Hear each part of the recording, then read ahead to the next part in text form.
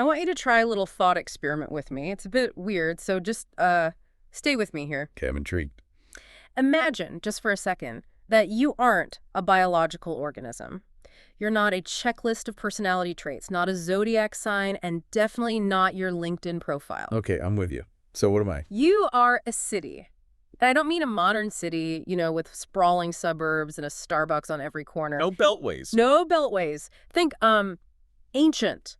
A fortified metropolis. It's got walls, gates, a temple, the whole Game of Thrones setup. It's a very striking image. And it's the central metaphor of the work we're diving into today, The City Within by Carlton Johnson. And when I first read that premise, I'll be honest, I thought, okay, here we go. Another self-help metaphor. I'm a garden, I'm a computer. Exactly. Now I'm a city. It felt a little, I don't know, industrial. But as I got into it, this is actually way more complex than just building a foundation. It is. It's what you might call a metaphysical map. Johnson isn't just world building for the sake of it. He's arguing that if you see the human self as this specific type of ancient structure, you suddenly have a blueprint for consciousness. It stops being this abstract cloud of feelings. It becomes architecture, which implies you can actually work on it. You can renovate it. Exactly. It's all about understanding your internal infrastructure so you can manage your energy, your relationships. It's the ultimate guide to taking responsibility for your own mental real estate. So let's take a tour of this place. And looking at the map Johnson provides, we have to start at the absolute dead center. Level 1, he calls it the seat. Or the throne. This is the core of the city. In the metaphor, this is the palace. It's where existence itself begins. So it's home to the soul, emotions, intellect, all the big stuff. Everything that makes you you sits right here. This is the HQ. Okay, so this is the HQ. But a throne doesn't just float in midair. The source material outlines 3 pillars holding this thing up: love, wisdom, and knowledge. And I want to stop on love for a second because Johnson gets surprisingly biological here. He's not talking about romance novel. No, not at all. He calls love the connecting principle. He uses this great analogy of arteries and veins. A circulatory system. Exactly. If the seat is the heart, then love is the system that reaches out to the very, very edge of the city limits. Which explains that old cliche about why love hurts. It's not just a poetic phrase. In this model, love is a literal connecting line. If you're connected to something outside your walls and that thing gets yanked or attacked, you feel it back at the core. You feel it in the seat.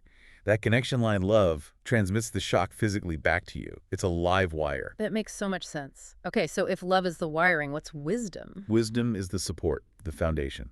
Johnson compares it to rubies, and he notes that they're historically rarer than diamonds. I thought that was a great little detail. It is. Wisdom is about discipline and order. It's the very ground the city sits on. Without it, the whole thing just crumbles into chaos because there's no structure to hold all that power. He mentions King Solomon, which, you'd expect, but then he throws in Anansi the spider. I loved that inclusion. Anansi is an African folktale figure known for cleverness, for ingenuity. A trickster, almost. Kind of. It highlights that wisdom isn't just sitting on a throne thinking deep thoughts. It's intuitive, it's ingenious, and yeah, sometimes a bit tricky. It's the force that keeps the walls from falling down. And that brings us to the third pillar, knowledge. Which he calls the commanding principle. So if wisdom is the foundation, knowledge is the tool. It's the binding agent that creates those moments. The moments of clarity. Right. Johnson argues that without knowledge, you can't command your environment. You're just a victim of whatever weather hits the city that day. Speaking of commanding the environment, there's a reference in this section that I just did not see coming. Oh, I think I know which one you mean. He's talking about how the seat views the world, and he drops the Thundercats reference. Yes. Lino and the Sword of Omens. Sight beyond sight. I haven't thought about that cartoon in probably 20 years, but why use a cartoon sword to explain the soul? Because it's actually a brilliant analogy for perspective, isn't it? When you're sitting in the seat, the center of your own consciousness, you have that sight beyond sight. You're not just looking at the immediate problem. No. You're seeing the macro picture. Yeah. The seat is eternal. It doesn't decay. Yeah. So operating from there means you aren't just reacting to the messy micro moments of the day. You're looking at the timeline of your whole life. Okay, so we've got the king or queen on the seat. They have the sword, the ruby foundation. But, a ruler needs a code. You can't just rule on vibes. Precisely. Which brings us out of the palace and into level 2, the temple. The religious quarter? In a sense. But think of it less as organized religion and more as the engine room of your beliefs. Johnson describes it as an octagon, 8 walls. And this is where faith and belief meet action. Yes, it houses the moral law of your city. And he divides this building into the inner courts and the outer courts. What's the difference there? Is one like VIP only? Sort of. The inner court is the black box. This is the realm of the supernatural myth, superstition, mysticism. The stuff you can't prove. Right. It's where logic doesn't apply and miracles happen. It's the part of you that just believes in things. And the outer courts. That's the natural side. Experience, devotion, dogma. This is where you put your beliefs on display for the world. It's where that internal mystery gets translated into external behavior. Now here's where I got a little hung up. The author makes a huge distinction between faith and belief. And in casual conversation, I use those interchangeably. We all do. I have faith in you, or I believe in you. Same thing, right? In the context of the city, they are opposites, mechanically speaking. Johnson describes faith as a generator. Generator. It creates its own energy. It's infinite power because it's based on internal conviction. And belief. Belief is just a battery. It stores energy, but it doesn't create it. Usually, a belief is something you've accepted from someone else, a parent, a teacher, the news. I believe this because they said so. That's a battery. That's a battery. And if you run your whole life on batteries, eventually they die. Wow. That is actually kind of terrifying. It implies most of us are walking around with these draining batteries wondering why we're so exhausted. Exactly. If you don't have faith, the generator, you burn out. Johnson says the temple is dark until you light it up. You have to take responsibility for your own myth and mystery. You can't just run on beliefs someone else handed you. Okay, so we have the seat in the temple, but eventually you have to make decisions. You have to, interpret what's happening out there. Welcome to level 3, the courts. This sounded like a legal nightmare to me. We're talking judges, prosecutors, records. It's intense, but it's happening in your head every single second. The courts are where you interpret reality. Every time something happens to you, your internal court holds a trial and writes a law about it. Can you give me an example? Because writing a law sounds so abstract. Sure. Let's look at the first function of the court. I judge. This is the lawmaker. So let's say you get cut off in traffic by a red sedan. Okay. Your unconscious mind, the prosecutor, immediately presents evidence. Red sedans are dangerous. The judge slams the gavel. New law, hate all red sedans. And from then on, every time I see a red sedan, I get angry. Exactly.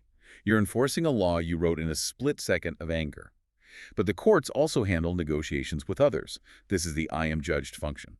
And Johnson gives a really personal example here about his own business. He talks about the difference between a client contract and a friend asking for a favor. This is the best real-world application of this level, I think. Yeah. Think about it. With a client, the law is clear. I give you work, you give me money. It's a profit law. Straightforward. But if a friend asks for a favor, that profit law is suspended. But the resource cost isn't. It still takes your time. Right. And that's where people get into trouble. They try to apply friendship laws. To business. Or the other way around. Exactly. If you treat a friend like a client, you seem cold. If you treat a client like a friend, you go broke. The court's job is to negotiate. Okay, this is a favor.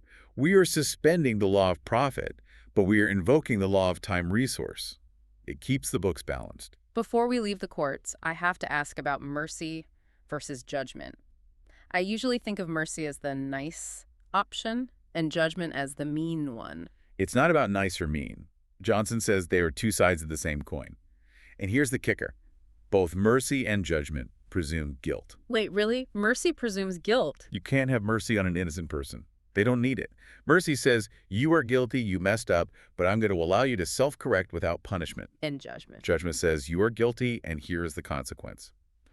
But both are tools. Both exist to get the city back in order. Okay, let's step out of the government buildings. We're going outside. Level 4, the commonplace. Now we're hitting the streets. The commonplace is the interpersonal superhighway. This is where all your relationships live. I love the traffic metaphor here, mostly because I hate traffic, so I relate. He describes this network of roadways with traffic moving in and out, and he breaks it down into valences. Or lanes, 7 lanes to be exact, ranging from the core all the way out to the edge. So in the center, you have sacred space. That's just you. Then intimate relationships, familial, close friends, and so on and so on. And way out on the far edge, you have business. Johnson calls this the Autobahn, and I'm pretty sure he means the Autobahn. The German highway with no speed limit, unless he thinks business involves a lot of bird watching. I think he means it's fast, it's dangerous, and it's purely about efficiency. It's driven by M&M, mercantilism, and merchandising. M&M, got it. So the problem then is weaving. Weaving, yes. Explain that. Imagine someone driving 100 miles an hour on the Autobahn, suddenly swerving across 5 lanes of traffic into your quiet suburban driveway where your kids are playing. Oh, that's bad. That's weaving. It's when you let a business relationship jump lanes into intimate, or when you treat a close friend like a business transaction. It's a wreck waiting to happen. It's catastrophic. It is. The city requires traffic control. You need to use the right language for the right lane. You speak the language of loyalty to the inner lanes, but you speak the language of respect to the outer lanes. You don't owe deep loyalty to a casual acquaintance, and if you give it, you're going to get hurt. So we're driving out of the city now, past the traffic. We hit the edge. Level 5, the inner gate. The filter. This is described as a no man's land of silence and speed. Its job is heralding, announcing what's coming in, and banishment, kicking things out. This part got a little technical. He brings up NLP, neuro-linguistic programming. He does, but the concept is actually pretty simple. Our brains are bombarded with something like 2 million bits of data every second. 2 million. Sounds, lights, temperature, feelings. If we processed all of that, we'd have a seizure. So the inner gate filters it down to about 128 bits. That's a massive cut. It is. And the gatekeeper decides what gets through based on inscriptions. Basically, think of them as neon signs hanging over the gate. And those signs come from your seat, your temple, and your courts. And this is where we get the cabbage story, which I found hilarious because I also hate cabbage. It's a perfect example. Yeah. The author talks about hating cabbage because of bad childhood memory, the smell, the texture. So he has a neon sign over his inner gate that just says, ban cabbage. So even if his wife cooks it and it smells amazing? The gatekeeper doesn't care. It sees cabbage, points to the sign, and says, nope, get that out of here. The data doesn't even get processed as food. It gets processed as threat. So if you want to change, if you want to finally like cabbage or maybe something more serious like trusting people again, you can't just try harder. No. You have to change the inscription on the sign. You have to go up to the gatekeeper and say, hey, let's take down the ban cabbage sign. Let's put up a try new thing sign. You have to reprogram the filter itself. Okay, moving just past that inner gate. We hit level 6, the outer gate. This is the wall, the defense system. This is the face of the city. It's Yeah. how you present yourself to the world. And this is where Johnson introduces a concept he calls the glow. He contrasts two states, being seen versus being the seen. Being seen sounds like what we all do on social media. Look at me, look how happy I am. Exactly. Johnson describes being seen as having pastel rainbows. Yeah. It looks pretty, but it's draining. It relies on a concept called loosh. Loosh. I have never heard that word before. It sounds like a slushy. It's a bit more sinister. Think of it as emotional energy harvesting, like an energy vampire. Oh. If your city is just trying to be seen, you are a black hole. You need constant validation, constant drama, constant attention, loosh to feel alive. You're consuming energy from everyone around you just to keep your pastel lights on. That's convicting. So what's the alternative? Being the seen. Being the seen is characterized by golden aurora.